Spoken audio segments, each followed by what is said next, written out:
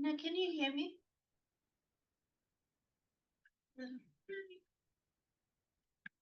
Hey, Nina, can you hear me? Just.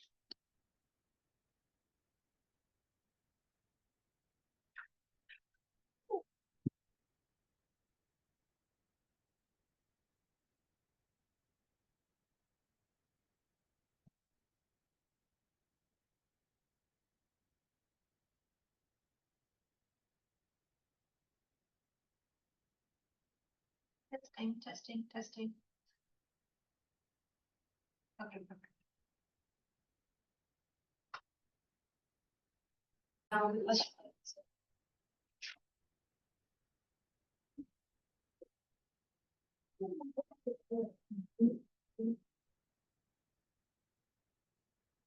The walk road.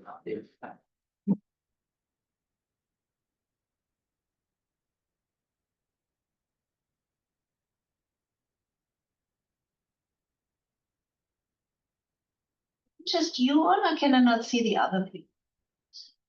There are 10 people, I can't see anyone.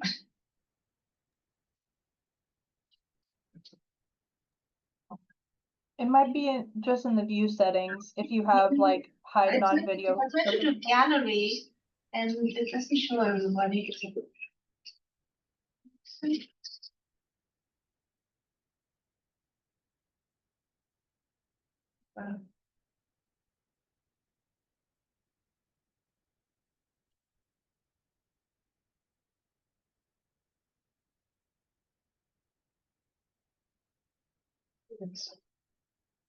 Anybody any clue how to get all this? It might be because they don't have their cameras on. That's what I would think, but I don't know. Ah. Here we go. All there. All right, are you gonna write down your names? Max? No? You know, you want to diet. Oh, yeah, right. Yeah, Me too. Right.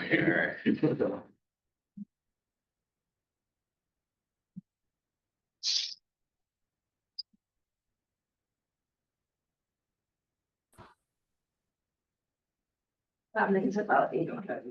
That's just a whole thing. Where is it?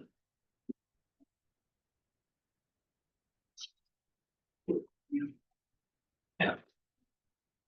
China hydrogen.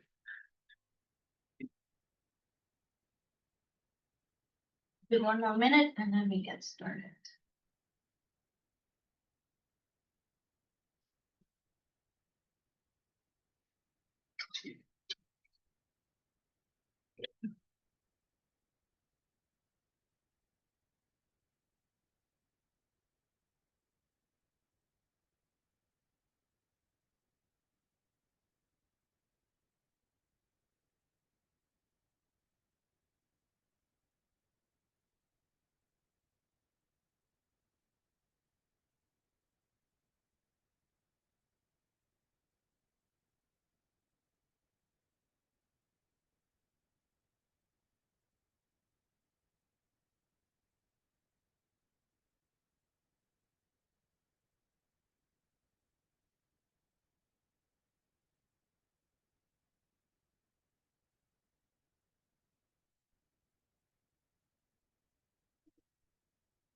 We need to get started, right? One.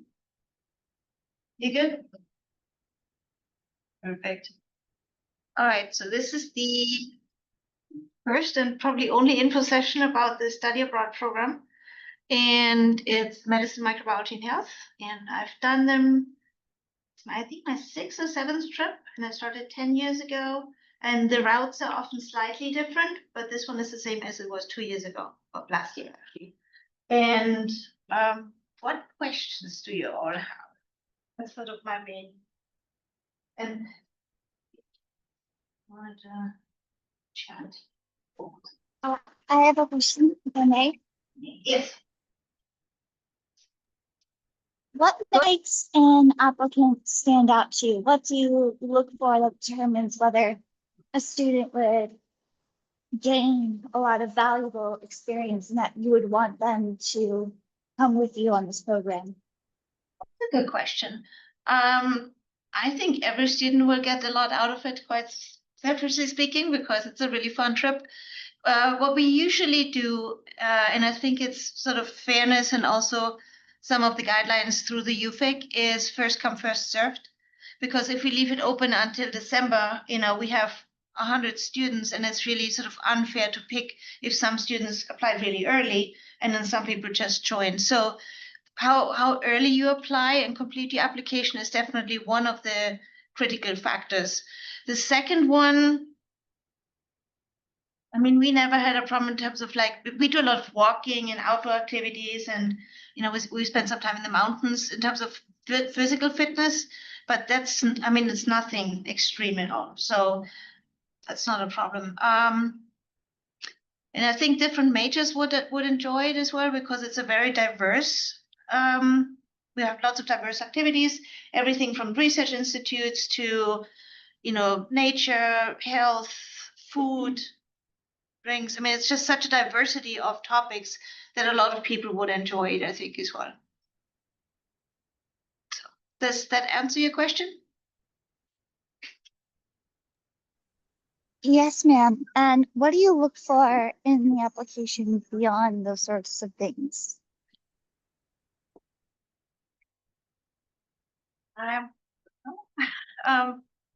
Morgan, what do you look at? What stands out for you when you look at applications? So Morgan, sorry, introduce Morgan Franklin. She is our study abroad advisor at UFIC at the International Center, and we've been working together second or third trip or something. I think this is the second program that we've worked together on.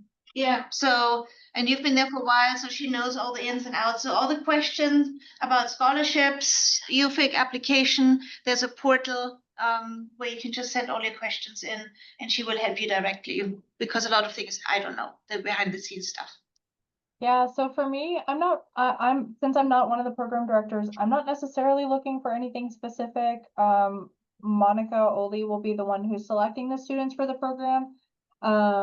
So I think as far as questions that you have about the content, what you'll be doing, that's definitely going to be up to her to decide. I know I have a couple other programs that are also multi-destination, and a lot of times faculty just want to make sure that they're getting students who are really flexible for the program, especially since you'll be moving a lot, things change on the fly. So looking for students who are willing to adapt, respond, and be flexible about it going abroad is always a plus.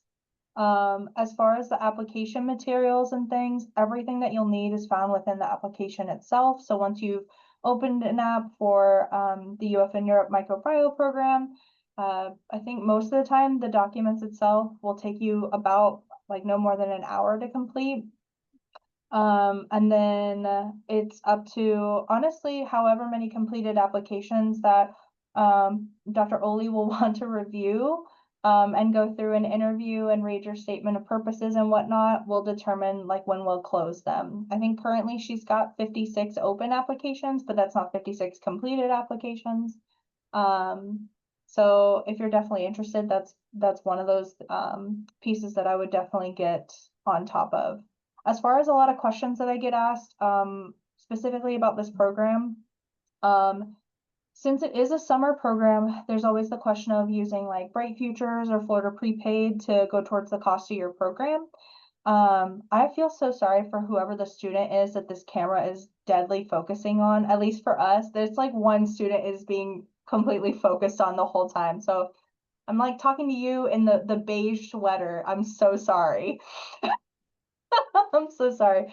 But as far as financial aid goes, since the program's only 3 credits, the caveat to use something like Bright Futures to go towards the cost of the program would definitely be taking another 3 credit class during the summer term, whether that's summer A online, summer B or summer C online or in person. That is definitely going to be able to help you be eligible to use your Bright Futures. Florida Prepaid, you can still stack your benefits to go towards the cost of the program as long as you have credits in your prepaid account.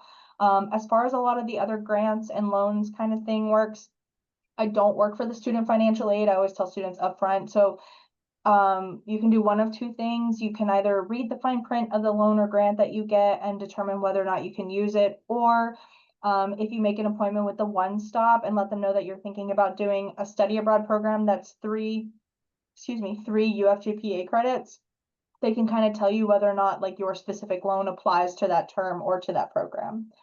As far as scholarships go, I know this is a little unfortunate for those of you that are in person. It is on the program page, so please don't feel like you're being completely left out. But those of you that are online, I'm going to drop a link in the chat that's just direct to where our scholarship information is. There are a lot of different categories. We have the UF International Center scholarships, which I always say with a caveat is that summer is our busiest term, and that's also when we have the most applicants for it. So take that with a grain of salt that it's definitely not guaranteed funding from our office, but there are also some other scholarships. There's a study abroad peer advisor scholarship that they have during the summertime. The departmental scholarships are usually hosted by the colleges on campus and the departments on campus. So you have anything from like the liberal arts and sciences, business, engineering, the Center for European Studies also has some travel grants and scholarships you can look into. If you happen to be a Pell Grant recipient, you can apply for the Gilman Scholarship. They award anywhere from like $2,000 to $5,000, which is really helpful, especially for a lot of the summer programs. So you can definitely apply to Gilman. They just had their like March deadline, but there's another deadline they just had their October deadline, apologies, but they do have a March deadline as well. So it's not too late to consider applying for that one. And then the National Scholarships Bubble, again, I'm so sorry for the people that are online or that are in person. People online may have clicked the link already and are looking at the webpage, but then there's also the National Scholarships Bubble, which is basically everything outside the UF community. Some of them are location specific, some of them are identity specific, and then some of them are also just like language and region specific. So you have like a lot of options to look at, not just within the UF community, but even outside the UF community. For those of you that are on person, if you straight up Google UF Study Abroad, that website will have all of the scholarship links and stuff that I've just mentioned. But yeah, as far as like the UFIC side of things, once you've done all of the documents, paid your deposit on the application, you'll see like a little application tracker. Once your application has like a full completed application tracker, you're basically set, ready to roll. We're just waiting on Dr. Olief to make her selection for the program and to select for a wait list. So yeah. That's what I've got. I don't know if Dr. Oli's still there. I'm here. Oh, okay, perfect. Okay, cool. But yeah, that's what I've got from my side. Does anybody have any questions about that or whatnot? I'm happy to answer anything.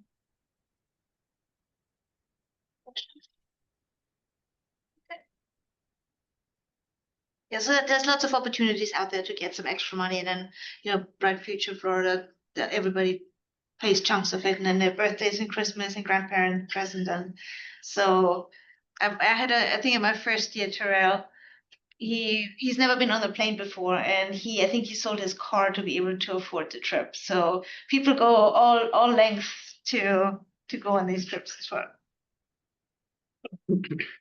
What other questions do you have? So, two questions. First of all, do you give preference to micro majors who apply for the trip? Does it look like I'm biased? Yeah, maybe. And then the second question, on the brochure that we were given, it said that you've been to or studied a lot of the places that we're going to on the trip. So what are some like specific places You've been to all of the places? or some of the places on the trip that you've To been? all of the places. Oh, okay. So Yeah. what places in particular do you want to highlight or advertise ahead of time? Like what are some like highlights of the trip that you'd really want? So I probably so I grew up outside of Munich, and I went to the University of Regensburg, and I was born in a small town called Ingolstadt, and that's sort of all like in the radius of Munich.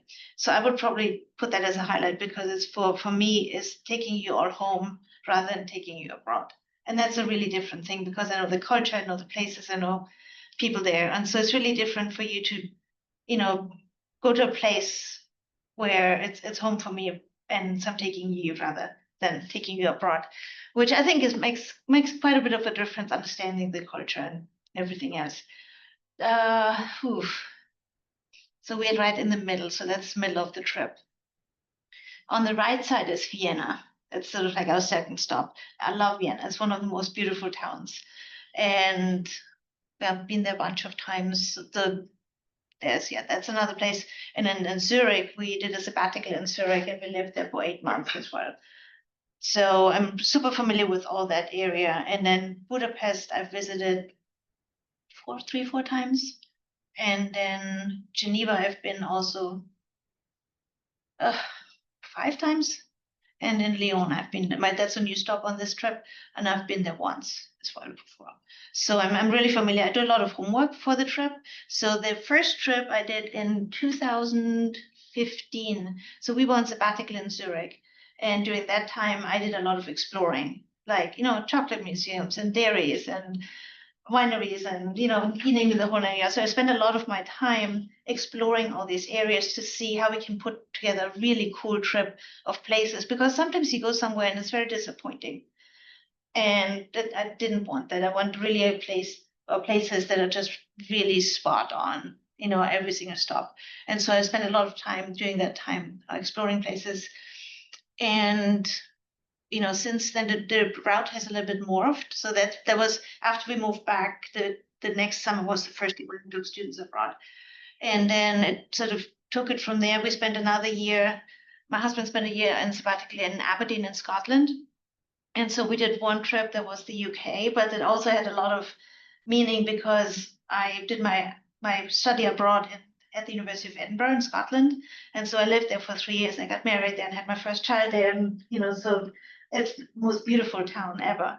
And so we did a whole trip, through England, Oxford, Cambridge, and all sorts of other places, London. And then we ended up in Aberdeen when we lived in this old house, next to a big church. And so we had like a champagne welcome dinner and so at our house. So it was fun. It's a very personal trip.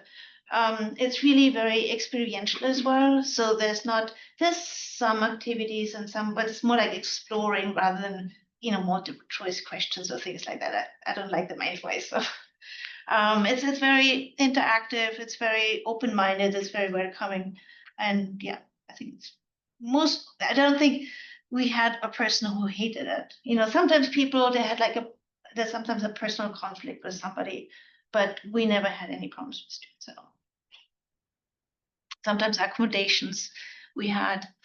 So in the beginning in Budapest, we're actually staying in a hostel. And I don't know if you've ever, in America, hostels are not that common. In Europe, they're just super common and they're often really nice.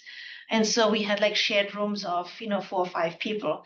And that can be a lot, if you're not used to sharing rooms with a lot of other people. But that's at the beginning. And then we usually have 2 bedrooms, maybe 3, depending where they're staying. But they're all, safe places and good places and so on. And the breakfast is usually amazing. Any questions from online? Did it answer your question? Okay.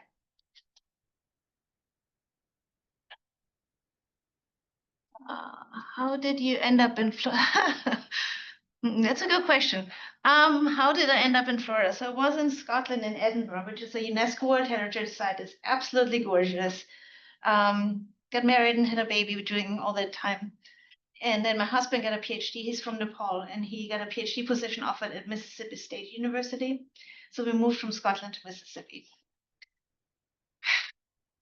A bit of a rough transition, but that's okay. Never intended to come to America, but said never say never. How many people do you take on the trip? I think 32 is also 35 max. We started with a smaller group at 20, and then was so much demand, so we increased it to 30, 35. So, and it's still okay. It's not too big. We do have a second person coming on the trip. I'm not quite sure who that will be. But there will be probably a graduate student, because it's a better buffer between me and the students. You have somebody we feel a little bit more comfortable to talk to. So I've had TAs before, and it makes it a very smooth environment.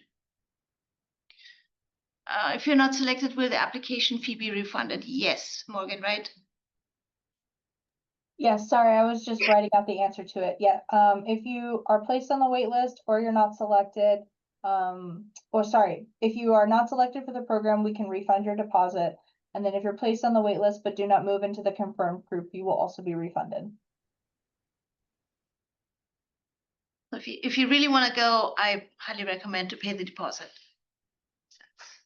That's one of the criteria we look at. Can you describe the workload of the class we will take overseas? The workload is we do some group work. So one of the things we started last time, which was actually really a lot of fun. So we meet a lot of historical and current figures like scientists and famous people. And so each person picks a person and then personalizes the person and gives like a talk, a speech about, what they had in their lives and what they encountered. So I personalized Dr. Semmelweis. He's one of my heroes. And he was the one who did how much join us? He did the hand washing experiments in Budapest. I think many of you will know. And there was a lot of pushback. And so I think he's just a very good role model. And I think what he did was really amazing. And so we all have, our different roles. You pick and choose who you want and where you want at what location. And then last time we did most of the talks we did actually on the bus when we were driving from one place to another. If we're not sleeping, because sometimes people are a little bit too tired on the bus, so they take a nap, which happens too. Workload is manageable. Again, it's more physical, it's more activities. So oftentimes we, get up early or like leave at 8 or something and have like 2 or 3 activities a day. What we did is what I like to do a lot is because of the health aspect. So we try to do some physical activities in the morning, whether it's yoga or I'm a runner. I did a 5K this morning before I came to work, and I've done this for 40 years or something. So, but I don't do races. It's just entirely for myself. If I do a 12-minute mile, that's okay with me too. But at least I get out and do it. There's lots of places where I can go for really beautiful walks. One fun place where what I found really interesting last year. So there's an old monk in Germany called Dr. Kneipp, and he developed sort of like cold water therapy and outdoors and so on. Have anybody heard of him? He's not very famous here, but we visited the place where he lived as well.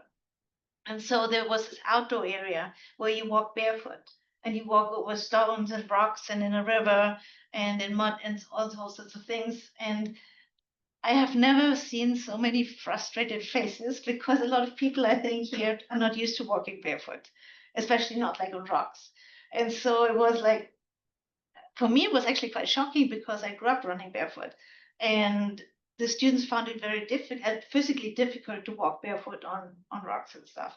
So, but it's all about medicine and about different approaches to health and well-being. So that's one thing. And then we also go to visit. Who knows who Gregor Mendel is or was? What did he do? Father of genetics. So we're going to visit his place as well, where he was. So we're really trying to hit highlights, of where the history of medicine and microbiology happened in Europe. And obviously, a lot of the old things happened in Europe. More recent things happened here. Workload. Yeah, it's not a lot of, and there's a reflection at the end, obviously. We did do e-portfolios in the past. We can decide, if we should do them. E-portfolio, if anybody knows what the e-portfolio is? What is it? Just like a website showing off like your activities or your project that you do throughout a certain period of time. Exactly. So if for the International Scholars Program through UFAG, they still have to do the e-portfolio, right, Morgan? The International Scholars? If they're doing the international scholars, yes. Yeah. So for the International Scholars Program, you have to do an e-portfolio, and it's basically a website where you put your CV, your experiences, your travel, your research. Basically, it's something that can help you when you apply for jobs or graduate school or whatever. You just put the link in and say, hey, that's me. And it's very different than just a piece of paper where you list your experiences. So e-portfolios are really pretty fun as well. And nowadays, they're pretty easy to do. We will definitely use AI as well. And those of you in class with me realize that I'm really trying to get into it, but use it in a way where it's actually really beneficial rather than just using it instead of Googling, which I think there will be absolutely amazing applications as well. And we are there's a new in Zurich, there's a new place we visit, and his name is Adrian Eagley, and he's into diagnostic microbiology and AI. So it's a brand new field, and I'm hosting a symposium at the microbiology conference next summer, where he's going to be a speaker right after we come back from the trip. So it should be fun to go there. So yeah, what else? Workload. Any other questions? I know we're only there for like 3 weeks, but are there activities planned on the weekends? I know some I know some study abroad programs kind of give the weekends to students like decide what they want to do. Yeah. But do you So we have, I think we have a day and a half off, but we usually do weekends as well. But what happens is, because it is such a condensed trip, is that people often stay afterwards. So nothing stops you while you're in Europe anyway to, either take some friends and go somewhere else, or do an internship, or, do something over the summer. So especially in Switzerland, in Germany as well, but there's lots of biotech companies, and they look for summer interns, and they pay you well to be in Europe for the summer. So we can explore that as well. Once the decisions have been made, who's going to be on the trip, we're going to probably meet maybe once a month or something, just to plan. And then we can talk about, like internships or other things as well. I also wanted to explore what's actually happening at these places. For example, in London, we went to see The Wizard of Oz as a live show. And, there's lots of opportunities for cultural events as well, or, some historic events. So I think that was a lot of fun. Yeah, that's. When would like decisions of who's gonna go on the trip be? When? Yeah, like when would we find out? So I would, I think we're probably gonna batch it, like the first 10 people, second 10, and then so on. But I think people who have the application complete, I have not seen a red flag of anybody. So if your application is complete, you have a pretty good chance to go on the trip so far. And I think, Morgan, you're supporting to do the first come, first served application choices as well, right? Yeah, I mean, honestly, it's a little bit up to you if you wanted to. I think usually what'll happen is, for some of these programs that are pretty popular, like the UF and Europe Microbiome one, we will sometimes have an earlier deadline to apply, just because otherwise Dr. Oli will be inundated with hundreds of applicants that she has to read and review. But it's usually typically like last week of November, first week of December. It takes her maybe a little bit more time to finalize the roster and make sure she feels good with the group. And then you're usually hearing back within about 7 days after the deadline closes. So we can Dr. Oli and I can discuss of whether or not she wants to move up her deadline or whatnot and move forward, but you'll hear pretty much soon after the applications have closed. I mean, I look at the applications fairly regularly, because I'm, pretty keen and see who's coming and getting to know the backgrounds a little bit and so on. We do have as a common theme, and you probably have seen that, often very few guys. There's always more girls than guys. Though, do you know why? I think it's a common thread, right? Honestly, it's kind of funny because I think it's a lot regional. At least, like, I feel like all the Europe programs always have more like female identifying students. However, they're like the Japan and like East Asia ones are always more 50-50. Oh, that's interesting. Good idea. Yeah, the ones we had is always guys are in the minority as well. But again, we never had. It's been actually really quite fun on some of the trips, especially when we have bigger cities, so they're going out at night. The gentlemen become very protective of the females, and they're sort of like, if somebody's trying to be friendly with one of the girls, guys are protecting them. So it's usually people gel together very, very quickly on a trip like that. Any more questions? I think I sent out the itinerary already, so you should have a pretty good idea where we will be. And there may be a couple of minor changes, but it takes quite a lot to organize the trip, and probably hundreds of emails back and forth to make sure everything is okay. But I'm working with a group, they're called SIPA, they're based in Germany. And so being German, working with them works really well, because we know exactly what we expect from each other. So it's been working out very well. They've done all my trips so far. Right, any other question? Sorry for asking so many. No, sorry at all. Would you like, this might be a really silly question. Would you recommend like brushing up on a little bit of German or like learning a little bit of like So German? we are in four different language zones. So we have Hungarian, we have Czech, we have in Austria, Germany, and part of Switzerland, German. And then the last few days we have French. So, but what we do usually when we're on the bus, we count and everybody gets a number in the language of the country we're in. So, yeah. But you can absolutely. Do you speak German? No, no, definitely It's not not. a language, but. And we have at each spot, and I don't know exactly how many different ones, but we will have a local person with us at all times, which is really nice. So we'll always have somebody, and you can ask them anything, you know, where's the best jazz in Vienna at night or something. So there's always somebody local with us, and sometimes for a couple of days. But that's been really, really good. And the person we had last time, I think Anna and Bettina, they'll be with us for the first week and a half or so. So that's really nice just to have this local connection as well. And we'll connect in Budapest. We are connecting with he was a medical student last time we were there. He just finished his medical degree, and I'm still in touch with him, so we text all the time. And he's gonna be a part of the group. He's gonna join us for some of the activities as well, so it should be fun. But yeah, he's really cool. And then food is amazing. There's lots of markets, and the other food is just really good. And reasonable. So you don't have to spend a ton of money if you go like to the markets and or sandwiches and simple stuff. It's really not expensive at all. I think Europe in general, the essential things for life, you know, like food and beer and wine is fairly cheap to get.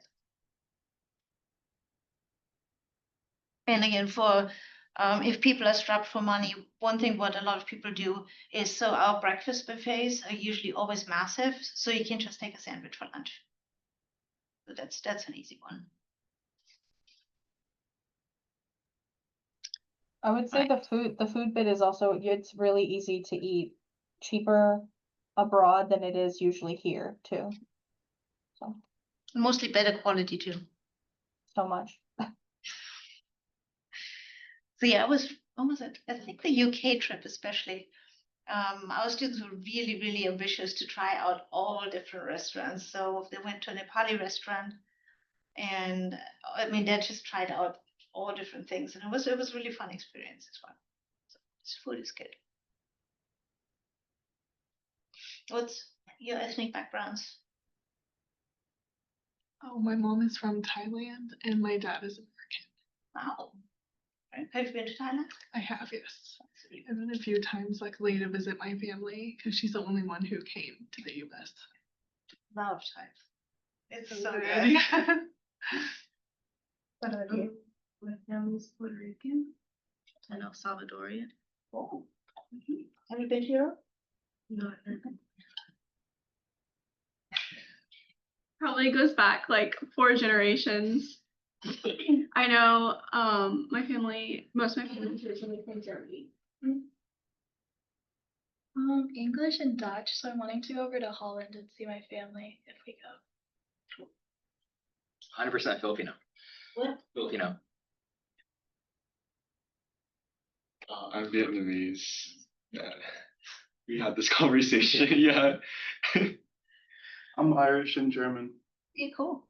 What's up next to it? Anybody in the online audience? What's your ethnic background? I am mostly German, but I have a background in French and Germany. I'm Spanish and Colombian. I'm Cuban.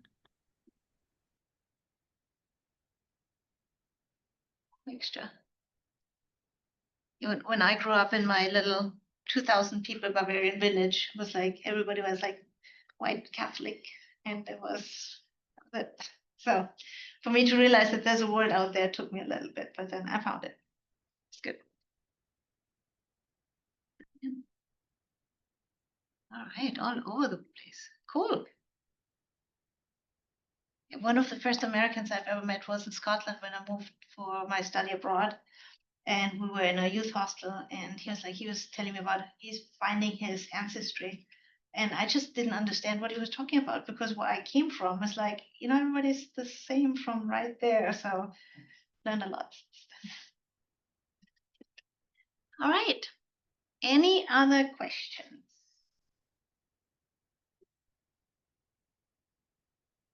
We can hang out, talk some more about the trip, whatever you want to.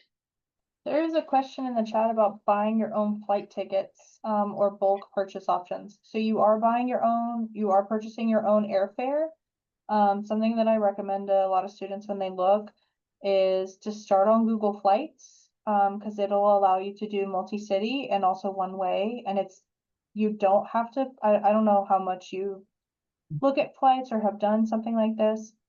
But it also allow you to set notifications as to like price alerts and price changes, and it'll do its own price tracking, which I think is really helpful in order to find the cheapest option, but the cheapest without being the most inconvenient option, especially because you can look by state rather than just specific airports. So like I have mine set to fly out of Tampa, Orlando, or Jacksonville, and it will tell me which one is the cheapest to fly to Frankfurt every time I look.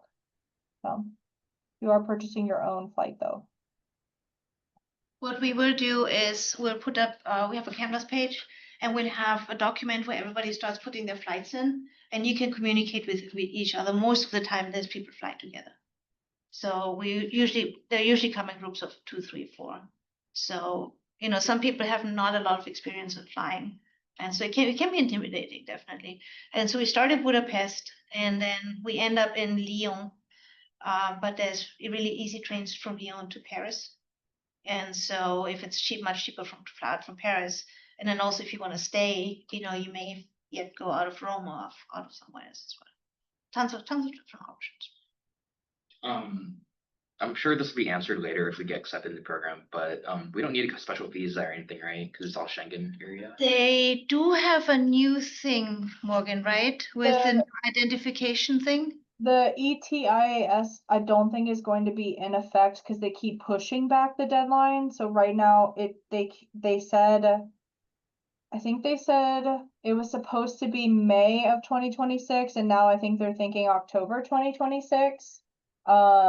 So your guess is as good as mine. Honestly, I Google it probably like once a month to determine whether or not the ETIAS will be in effect. And I have the same Google that you have.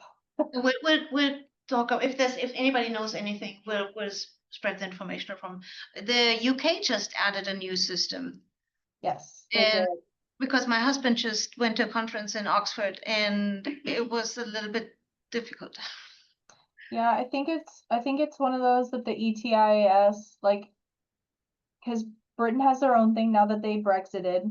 So their thing is going to be like separate. So if you do end up wanting to go to the UK, you'll have to get your own visa document anyway. I think it's the ETS or ETA.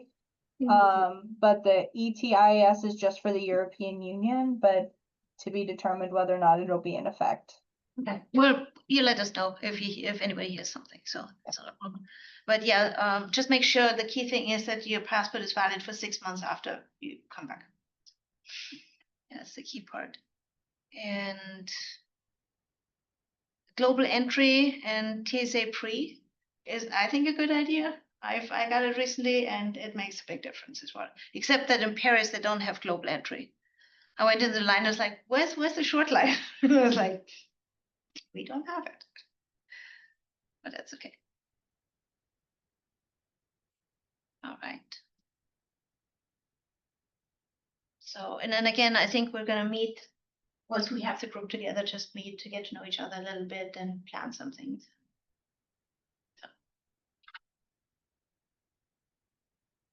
I think one reason that there's no bulk purchases, I think UF doesn't not approve, but prefer that everybody flies together. I think they want that people fly on different days. That's what I was told a couple of years ago. I think it's also more economical because not all students are from Gainesville or Florida, so it's really hard to require students to fly out of Gainesville. Yeah. When it could be like $1,000 more expensive than them flying from their home airport. That's true. Gainesville Airport is nice to fly out of. Okay, and again, the program is open to other students. I think we have one applicant from Santa Fe. So it's, I mean, anybody can apply. It doesn't have to be U of students. And probably next week, I'm gonna announce it as well to the master students. We have a big master's program, and there's a graduate section as well for the class too. So I think it will fill up pretty soon. Any more questions? There is one in the chat about transportation to the multiple locations. Oh, okay, everything is paid for. So we have usually our private bus, and the bus picks up at the hotel, suitcases in the bus, and then we just get put from one place to another. So it's extremely convenient. The organization is phenomenal. I mean, SEPA is doing a really good job in terms of, you know, the safety, convenience, everything. So yeah, there's no problem at all. And we usually, if we stay in a city, like in probably all cities, we get day pass or like passes for the entire time of public transport. So you can go, you know, if we don't have program, you can go anywhere. We will have a couple of morning, probably late afternoons, evenings scheduled for group work.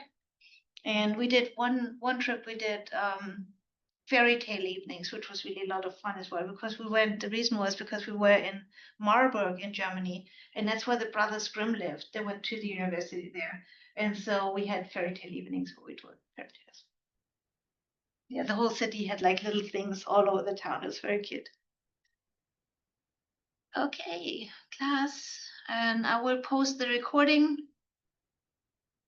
And yeah, again, everybody knows my email, how to reach me. And I'm super excited for the next trip. I can't get enough of you. I was in Paris last month for a week. For the UNESCO Digital Education Week, actually, it was really learned a lot.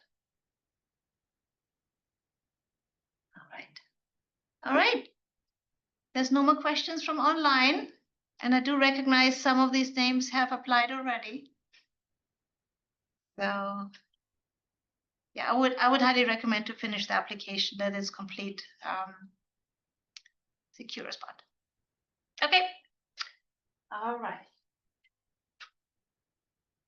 See you later. Thank you, Morgan, for participating. No problem. See you later.